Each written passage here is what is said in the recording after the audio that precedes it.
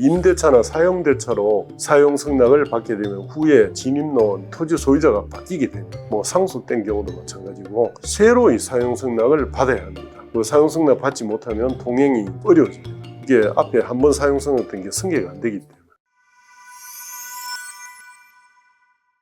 안녕하세요. 법무법인 효연 대표 변호사 김정훈입니다. 이번 시간에는 맹지에 길 내는 방법에 있어서 사도 개설로 길 내기 방법에 대해서 알아보겠습니다. 여기서 사도법이 정하는 사도란 뭔지 알아보겠습니다. 공도, 그러니까 도로법에 의한 도로, 도로법이 준용되는 도로, 농어촌 도로 정비법에 의한 농어촌 도로, 농어촌 정비법에 따라 설치된 도로, 이런 걸 공도로 하는데 공도에 좀 대응이 되는 사적인 도로다, 이렇게 생각하시면 되겠죠. 이런 공도에 연결되는 도로인데 결국 개인이 자기가 사용할 목적으로 자기 땅에 설치하는 도로로서 도로법상의 도로에 연결되는 도로다, 이렇게 정의할 수 있겠습니다. 자, 진입로 토지를 매입할 수 없게 되면 부득이 토지 소유자와 사이에 임대차나 사용대차 계약을 체결하고 토지 사용 승낙서를 받아가지고 진입로, 즉 사도를 개선하는 방법을 생각할 수 있습니다. 이 방법이 실무상 가장 많이 활용되고 있는데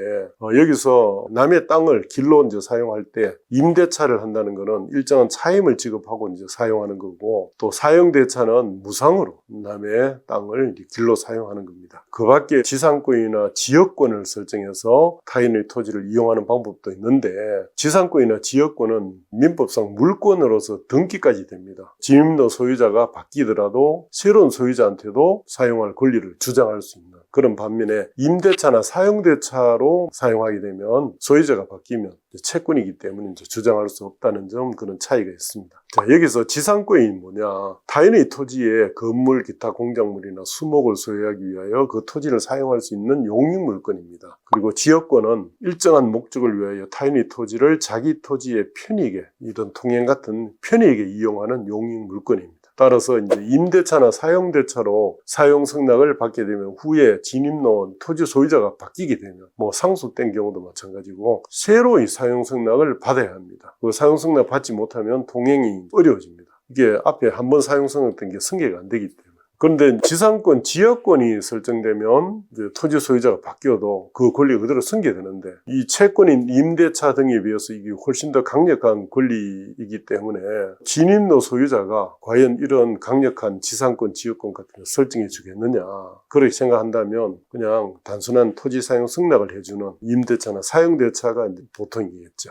여기서 토지 사용 승낙서가 어떻게 작성되는지 잠깐 말씀드리면, 이 특별한 양식은 없지만 사용하는 토지의 지번, 그리고 지목, 그리고 면적, 현황, 사용 목적, 사용 기간, 사용 조건 등을 명기를 합니다. 그리고 사용하는 자의 주소, 성명, 주민번호, 그리고 토지 소유자의 인감을 날인한 뒤에 또 주민등록 초본, 등기부 등본, 토지 임야 대장, 인감 증명서 등을 다 첨부를 하게 됩니다. 근데 보통 상식적으로 토지 사용 승낙서를 이렇게 교부하게 되면 그것을 받는 사람한테 무슨 권리를 부여하는 게 아닌지, 이런 의문을 가지는 경우들이 많습니다. 근데 토지 사용 승낙서는 상대방에게 무슨 권리를 부여하는 것이 아닙니다. 아니고 단지 사도 개설 허가를 받거나 건축 허가, 개발행위 허가 등 인허가를 받기 위한 어떤 구비 서류로 필요한 정도에 불과합니다. 이 사도를 그러면 개설하고 개축하고 정축하고 변경하려는 자 입장에서는 지자체 장이죠. 장의 허가를 받아야 되고, 허가 신청서에 계획도면, 공사계획서, 설계도, 구조검토서, 토지사용 승낙서 같은 이런 일정한 서류를 첨부해가지고 지자체장이 시장구청장에게